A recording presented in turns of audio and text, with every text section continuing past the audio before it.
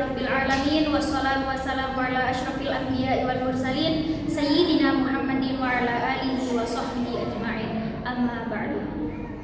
Yang kami muliakan Kiai Haji Mutawakkil Allah SHMM selaku Ketua Yayasan Pondok Pesantren Zainul Hasan Genggong, dan yang kami hormati Bapak Asosiat Profesor Dr. Abdul Aziz Suhab BAMAG selaku Rektor Universitas Islam Zainul Hasan Genggong sekaligus dosen pengampu mata kuliah Etika dan Profesi Keguruan yang berbahagia. Dan tak lupa ucapan rasa hormat yang kami ucapkan kepada kedua orang tua hamba selaku support sistem terbaik dalam menjalani tugas pendidikan ini. Kemudian selanjutnya di sini saya memperkenalkan diri saya Himatul Karomah dari kelas PAI 7B. Di sini saya akan mempresentasikan tentang materi tawadhu, yakni adalah sikap rendah hati.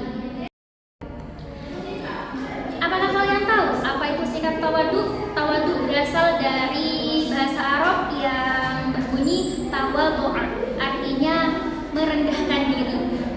Maksud dari makna rendah diri di sini, merendahkan diri di sini bukan berarti minder, tapi rendah diri di sini yang dimaksud adalah rendah hati, di mana kita walaupun dan apapun yang kita miliki, kita tidak pernah menunjukkan kelebihan kita.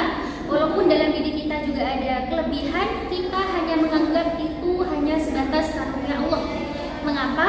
Karena kelebihan yang kita miliki itu semua hanyalah titipan, baik kelebihan dalam akademik atau dalam kehidupan kita sendiri atau dalam bentuk tubuh kita sendiri. Entahlah kita cantik ataupun bagi laki-laki adalah tampan, tapi itu semua hanyalah titipan dari Allah. Maksudnya dari titipan adalah suatu saat nanti kelebihan itu akan pudar. Nah, agar tidak pudar bagaimana? Yaitu kita harus mempunyai sikap tawadhu, artinya rendah hati. Di sini kami mengangkat sebuah hadis yang berbunyi, mana qasad shadaqatun min malin wa ma zadallahu 'abdan bi'afwin illa 'izzan wa ma tawadda'a ahadun lillahi illa rafa'ahullah. Dari hadis di atas kita highlight yang bagian terakhir, yakni wa ma tawadda'a ahadun lillahi illa rafa'ahullah.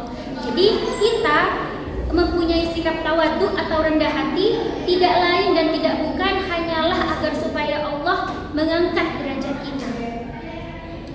Untuk selanjutnya adalah hadis di sini memiliki beberapa kesimpulan. Yang pertama, tentang tawadhu itu harus kita lakukan karena Allah Subhanahu wa taala. Jikalau kita berendah hati atau tawadhu tidak karena Allah, maka yang kita lakukan hanyalah sia-sia. Oleh karena itu, agar yang kita lakukan, sikap kita, kerendah hatian kita yang kita lakukan itu agar tidak sia-sia, maka kita harus melakukannya hanya karena Allah. Kemudian yang kedua adalah dalam hadis di atas terdapat janji Allah akan mengangkat derajat kita. Ini dalam lafaz wa ma tawadda'a ahadun illa rafa'ahullah. Jadi Allah tidak akan mengangkat, Allah tidak akan menjanjikan selainnya kecuali mengangkat derajat kita. Kemudian yang ketiga adalah konsep paradoks yang indah. Maksudnya hadis di sini mengajarkan sebuah paradoks yang indah, di mana jalan menuju ketinggian itu semua harus melalui kerendahan. Jadi agar kita mencapai fase yang paling tinggi dalam hidup kita, maka kita harus memulainya dari titik yang paling rendah terlebih dahulu. Karena tidak ada orang yang akan sampai pada puncak jika mereka tidak melalui bebatuan-bebatuan terlebih dahulu. Kemudian, dan dalam contoh tawadhu ini, Rasulullah mengajarkan kepada kita beberapa sikap yang beliau lakukan. Di mana yang pertama adalah, contohnya, beliau ketika makan, Rasulullah ketika makan, beliau tidak pernah duduk di atas, tapi duduk di lantai juga. Kemudian yang kedua adalah Rasulullah juga membantu pekerjaan rumah tangga dari istrinya. Jadi melakukan pekerjaan rumah tangga itu bukan hanya tugas dari seorang perempuan. Dan Rasulullah juga membantu itu agar supaya apa? Agar supaya umat Rasulullah bisa menirukan sikap tawadhu beliau. Kemudian contoh yang terakhir, Rasulullah selalu hadir ketika diundang oleh siapapun tanpa melihat kaspa dari yang mengundang. Walaupun yang mengundang baik dari orang kaya, dari kalangan orang miskin, jika tidak ada udzur maka Rasulullah selalu menyempatkan hadir. Kemudian yang selanjutnya adalah manfaat tawadhu dalam kehidupan kita. Nah, setelah kita berpikir, setelah kita tahu apa itu tawadhu, nah apa kira-kira manfaat dari tawadhu tersebut? Jadi yang pertama adalah kita dicintai Allah dan juga manusia. Jika sikap rendah hati sudah melekat dalam diri kita, maka orang lain yang ada di sekitar kita itu tidak perlu kita minta untuk suka kepada kita. Kenapa? Karena sikap rendah hati adalah sangat dicintai oleh Allah, dan jika kita mempunyai sikap yang dicintai oleh Allah, tentunya umat-umat Allah pun akan suka kepada kita.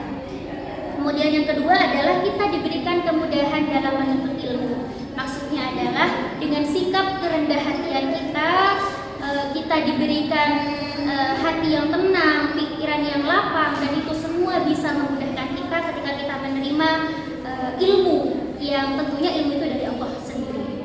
Kemudian yang ketiga adalah ketenangan jiwa. Orang yang mempunyai sikap rendah hati pasti memiliki ketenangan dalam jiwa itu tersendiri. Kemudian yang keempat adalah mempermudah interaksi sosial. Ini yang paling banyak terjadi di dalam kehidupan sehari-hari. Jika kita selalu membiasakan sikap rendah hati kita, maka masyarakat yang ada di sekitar kita akan merasa nyaman ketika bersama kita. Nah, di sini ada cara-cara. Jadi tawadhu itu tidak mudah ya. Jadi tawadhu itu bisa kita lakukan dengan apa saja. Yang pertama, selalu mengingat asal usul kita. Maksudnya asal usul kita bagaimana? Apakah asal usul kita di dunia? Tidak. Tapi asal usul kita dari Allah, yakni kita diciptakan oleh Allah hanya dari tanah dan akan kembali kepada tanah, seperti itu. Kemudian yang kedua adalah bersyukur atas nikmat Allah. Jadi ketika kita bersyukur itu semua sudah termasuk dalam sikap tawadhu. Jadi di dalam hadis disebutkan la in syakartum la azidannakum wa la in kafartum inna adzabi lasyadid. Jadi hadis di atas adalah menjelaskan bahwa ketika kita bersyukur atas nikmat yang Allah berikan, maka kita akan ditambah rezekinya oleh Allah. Kemudian yang ketiga adalah bergaul dengan berbagai kalangan. Yang keempat, mau mengakui kesalahan. Dan yang terakhir adalah menghargai orang lain. Jadi itulah cara kita untuk melatih sikap rendah hati kita. Mungkin hanya itu ya yang bisa saya sampaikan.